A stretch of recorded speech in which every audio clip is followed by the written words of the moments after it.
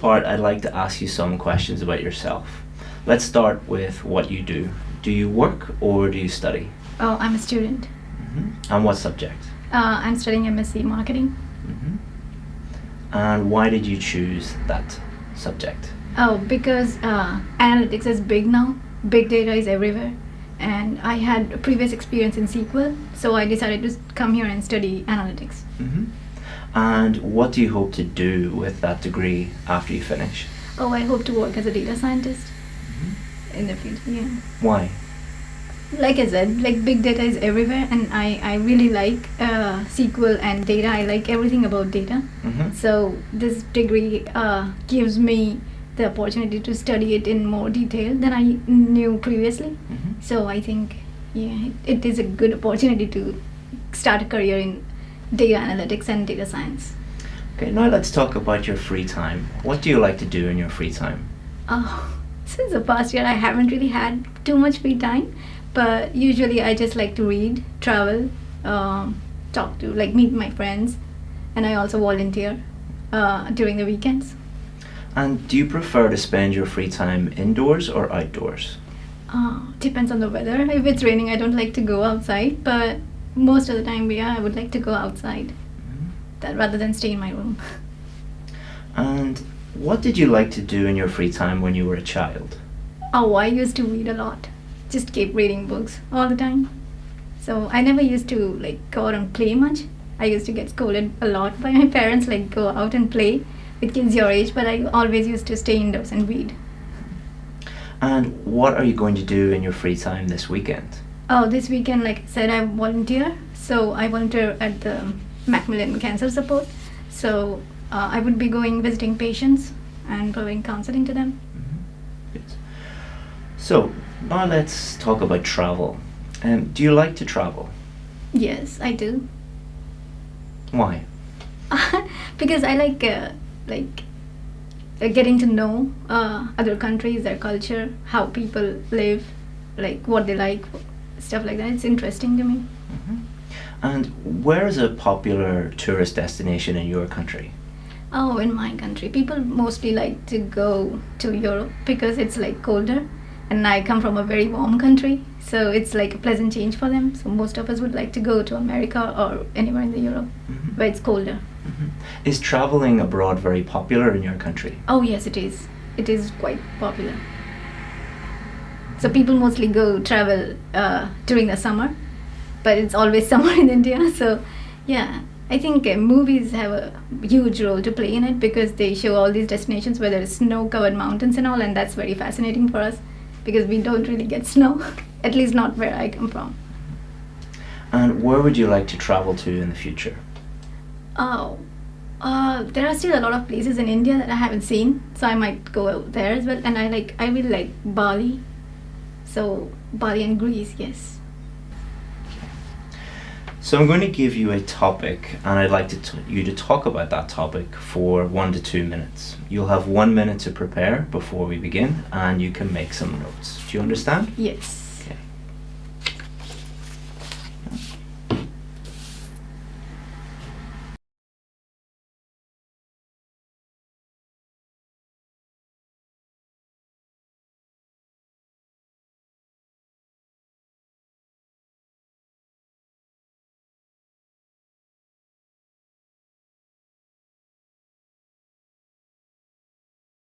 Okay, let's begin. Okay. The type of clothing that I like to wear is mostly generally casual, but I wear different types of clothes on different occasions, like everyone else, I suppose. So, like, regardless of the weather, in India we have a lot of festivals. So, usually I do like to wear casual clothes, but like just a jeans and a t-shirt. But like on occasions, on festive occasions, I wear like traditional Indian clothes, and I get them specifically made because they like you can't really buy like traditional Indian clothes in the malls and all. But I do get them made, tailor made for me, and because then you can choose your own style, your designs. There are a lot of like stuff like that. So yeah, when you go to a temple, I wear like pure simple clothes because that is the tradition. So that makes me feel like really peaceful and calm, because most of the time you wear like simple clothing when you go to a temple, so it makes me feel calm when I wear those clothes. And during festivals, when I wear like those traditional Indian clothes, it makes me happy because it's like a festival I've been celebrating since I was a kid. So during Diwali and Holi and all, yes, in Holi I wear like everyone wears white clothes because they throw colors on you. So you get like you go out with a white cloth, and then when you come back, it's like all colorful. So different clothes for different occasions, I suppose. Here I have been wearing a lot of warm clothes, and that makes me feel really, really warm. Yeah, and I buy clothes from different stores, I suppose, depending on what kind of clothes I want. And oh my god. So yeah, and when I go for an interview, I mostly dress in formals, so that makes me feel very confident, and that I'm prepared. Excellent. Good. Okay, so I'll take this off you, please. Excellent. All right, so we've been talking about clothing, and now I'd like to talk about designer clothes. So, are designer clothes popular in your country these days? Yes, I think so. Yeah, they're quite popular. It depends on like the person actually. Like people, designer clothes are usually very expensive. So only a people of certain socioeconomic class can buy those clothes. So they are popular in certain segments of the society. Yes. And why do you think people buy designer clothes? Oh, I think because it has a social status attached to it. So when you're buying, like when you're wearing a specific label, the people recognize it, and then it shows like what kind of class you belong to, and it is a huge thing in India, I think. So I think it's because of that. It shows like you are from a different class of society, and it shows your affluence, I think. You can flaunt your affluence that way. Maybe that. So now let's talk about working clothes. Do you think you can judge someone based on the kind of clothes they are wearing at work? I personally don't, but I think there is a certain image attached to what you're wearing, and people build up perspectives about how someone is based on what they're wearing, I think. But personally, I don't. And should people be forced to wear certain clothes in work? Well, they shouldn't be forced, but I think ever since like we were young, we are told to wear certain clothes in certain settings because it's appropriate. So in schools we wear uniforms, and we are trained that way. When we go to a temple, we have a certain set of clothes. When we have festivals, we have certain set of clothes. So I think when we are trained to dress in a certain way in a certain setting, you get used to it. So I don't think it's like people are forcing you to wear like formal clothes in an office setting, but it's a tricky one. Well, I don't think someone should be forced, but as individuals, we should be aware enough of what not to wear in an official setting. So we should make that decision by ourselves, so you don't feel like you're forced to do it. And how have work clothes changed in the last couple of decades? I think it has become less formal now in a lot of settings. Like I think companies like Google have made it really popular to where like engineers, they're like smartest of people, they just go to office wearing casual clothes, just in a t-shirt and jeans, which is very casual. And they lay more importance on your work ethic, like how you work and how much you contribute, rather than what you wear. So that is really a refreshing change, I think. So it shouldn't matter what you wear, but like how you work and how much you contribute. So I think times are changing and people are really getting more relaxed about what you wear. Okay, that's the end of the test. Well done. Thank you. So the speaking test has 4 criteria. So pronunciation is number 1. Then we have lexical resource, which is just another way of saying vocabulary. And then we have grammatical range and accuracy, so let's just call that grammar.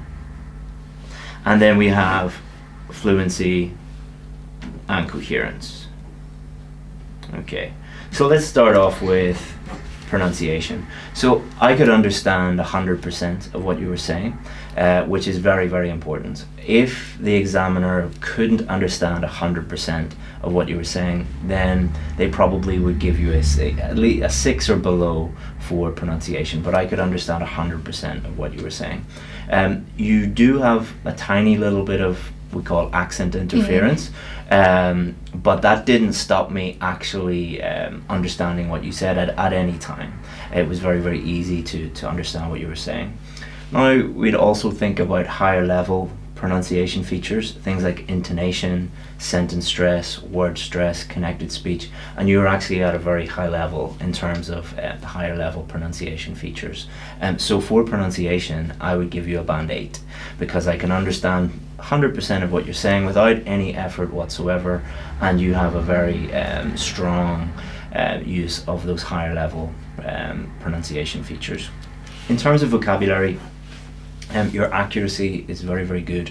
You rarely slip up in terms of your accuracy for vocabulary, and your range is also very, very good. You have some topic-specific words for nearly everything that I ask you for. You're not searching for vocabulary. You know you can access the vocabulary very, very easily and use that very, very well. I think for you, if you were to do the IELTS test again, I would encourage you during your preparation to take some more chances with vocabulary and maybe show how broad your vocabulary actually is, because I think your vocabulary is much, much broader than what you actually showed there today. But we didn't give you any coaching or anything like that before we did this. But next time I would just try and during your preparation to take some more chances, but in the real test, you use the 100% rule. Only use vocabulary that you're 100% sure about. And grammar, you had a couple of very small slips, but the vast majority of your grammar was 100% accurate. Nearly all error-free sentences. You used a wide range of structures, complex sentences, simple sentences. You had no problem with tenses, so I asked you about the past, the present, the future. I asked you how things have changed since, how have they changed over the last few decades. You had no problem with any of those tenses. So your grammar is probably your strongest point. I have no worries really with your grammar. You had a couple of little small problems, but that is totally natural. Even native speakers have little slips. So for your grammar, I would give you a band 8 as well, and for your vocabulary, I would also give you a band 8. But that would be something that I would, if you were to do the test today immediately, you might get a 7 for vocabulary if you didn't show the range of vocabulary that you're capable of. So if you were to do the test tomorrow, I would say, just use some more advanced adjectives and nouns and show how good your vocabulary actually is. Your fluency is also very, very good. You don't speak with any noticeable effort, so you don't have to think about the grammar or the vocabulary. Linguistically, you're very advanced, so that doesn't affect your fluency, and you're able to speak without much effort at all. However, the one thing that I would say is your not your weakness, but this is something that many advanced students like you are not aware of, is that you need to develop your answers as much as you can, especially for part 3. So part 1, they're just normal everyday questions about yourself, but you were giving sometimes one word or just a few word answers. So I often had to say, like, why is this? So I said, what are you studying? And you just said, I'm studying this. And why do you like that? So if we were having a normal conversation, no problem, because that's totally normal to say that. But remember, you're in a test and the examiner has to judge your pronunciation, your vocabulary, your grammar, your fluency. So just one word answers, they don't have enough data to go on, really. They teach us differently in India then. They teach you differently? Yeah. What do they say? Because I have a tendency to just go on until they stop me, because that's what I saw on YouTube videos. Mm. But then they told me, like, just answer the question, don't go off on a tangent. Yeah. So I just stick to that. I think that's a few different things. So one, going off on a tangent, Yeah. you shouldn't do that, because that you're going to lower your score for coherence. And because coherence is, did the answer make sense? So if I ask you about clothing and you start to talk about your favorite music, that's a problem. What your Indian teacher was probably referring to might have been that, but it could also be that certain students just talk on and on and on and on as much as possible.